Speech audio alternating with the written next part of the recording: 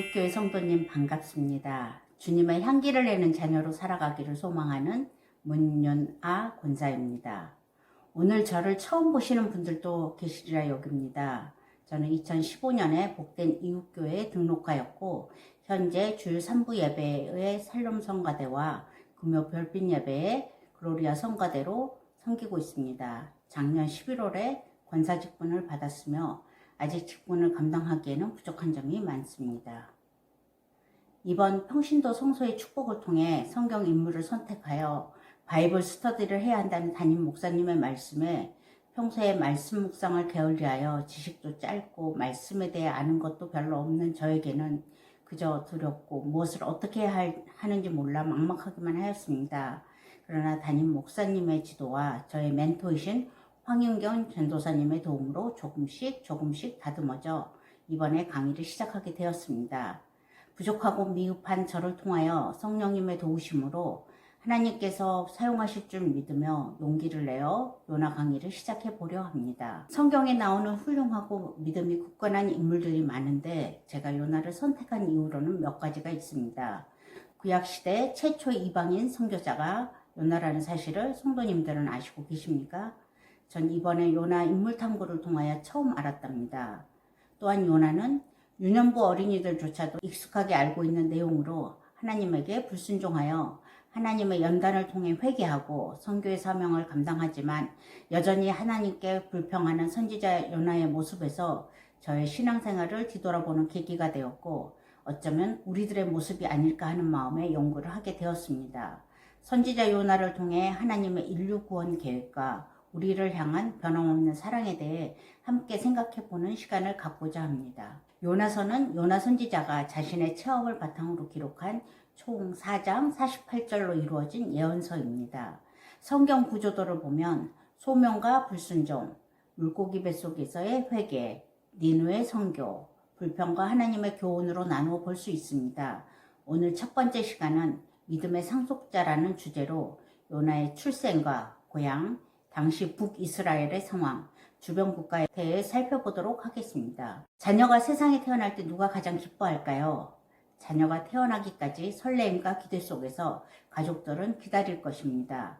아이가 태어나면 그 아이 이름은 누가 지어줄까요? 이름을 지어줄 때는 그 이름대로 살아가기를 기대하고 소망하는 마음으로 지을 것입니다. 제 이름은 돌아가신 아버지께서 지어주신 이름으로 진실로 윤, 우아할 아로 진정으로 우아한 인생을 살아가려는 뜻으로 지어주셨습니다. 어쩌면 그 이름 덕분에 지금까지 큰 어려움 없이 순탄하게 살아왔는지도 모르겠습니다. 요나 역시 비둘기라는 뜻을 가진 이름으로 하나님의 메시지를 전달하는 사명자로서 알맞은 이름이 아니었나 여겨집니다. 요나는 스불론 영토에 있는 가드헤벨에서 태어났으며 그의 부친은 아미떼로 아멘이라는 뜻이며 믿음이 좋은 사람이었습니다. 여호와의 말씀이 아미떼의 아들 요나에게 임하니라 이르시되 요나서 1장 1절 말씀. 믿음이 좋은 부모를 둔 요나는 아버지의 믿음으로 하나님의 축복을 받은 자였으며 아버지 아미떼를 통해 요나는 부모의 신실한 믿음을 물려받았음을 알 수 있습니다. 당시에 가장 큰 나라의 수도인 니느웨의 구원을 맡길 만큼 하나님께서는 요나를 인정하셨다는 것입니다. 여러분은 자녀가 행복한 삶을 살아가도록 자녀에게 무엇을 물려주시겠습니까? 돈, 땅, 빌딩, 미모, 아니면 지식, 명예, 권력? 이 모든 것들이 자녀들이 세상을 살아갈 때 필요한 것들이겠죠. 하지만 시간이 지나면 다 없어질 것들이라 여겨집니다.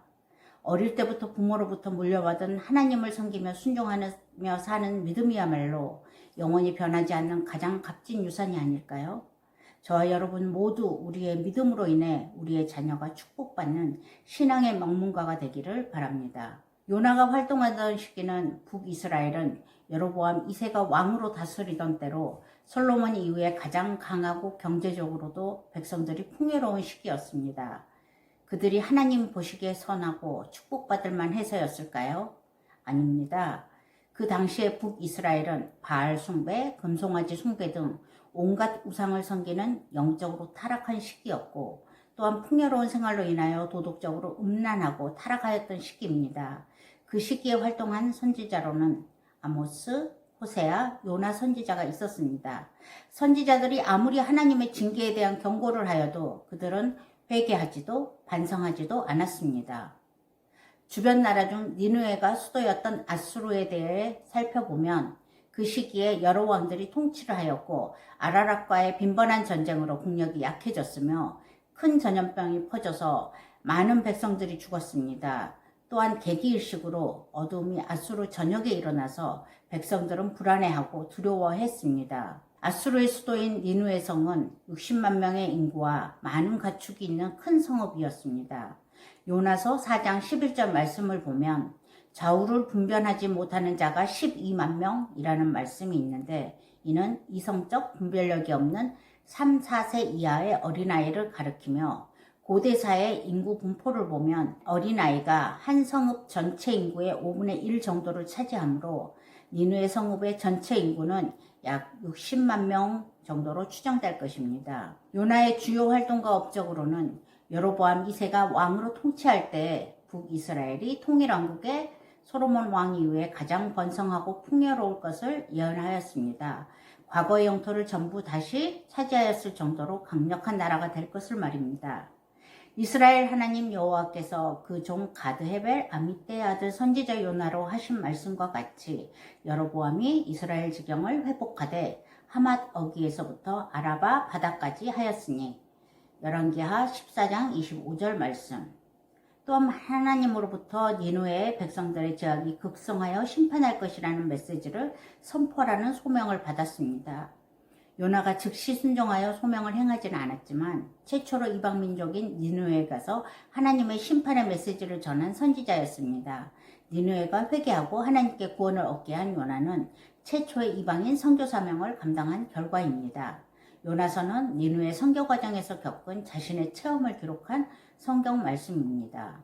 삶의 적용입니다. 오늘 함께 나눈 요나서 1장 1절 말씀을 통해 선지자 요나를 소개할 때 그의 아버지 이름을 언급하며 소개하였습니다. 부모의 신실한 믿음이 자녀에게 계승된 신앙의 명문가임을 엿볼 수 있었습니다. 우리도 자녀들에게 물려줄 가장 큰 유산은 바로 믿음이며 이를 후손에게 대대로 물려주어 우리의 집안이 신앙의 명문가가 되도록 힘써야 할 것입니다. 어떤 가문에서 태어났든 사회적으로 부모의 신분이 어떠할지라도 하나님께서 우리를 보실 때는 출생의 비밀이나 신분이나 가문이 전혀 상관이 없다는 사실입니다. 구원받은 우리 모두는 하나님께서 독생자 예수님의 피값으로 사신 똑같이 소중하고 귀한 하나님의 자녀입니다. 오늘 요나 1강을 통하여 제 자신에게 해본 질문입니다.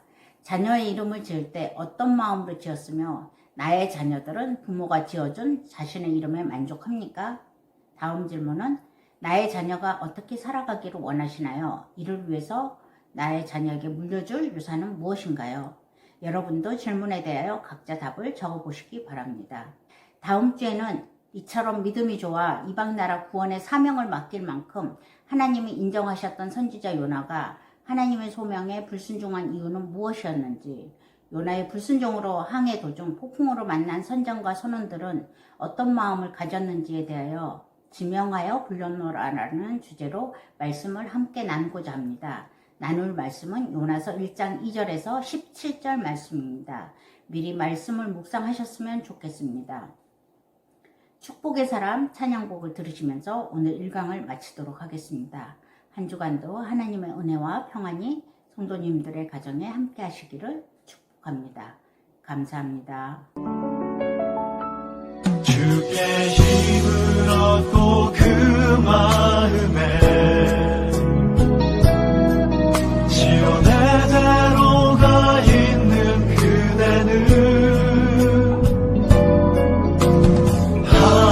하나님의 축복의 사람이죠. 주님 그대를 너무 기뻐하시죠. 주의 집에 거하기를 사모하고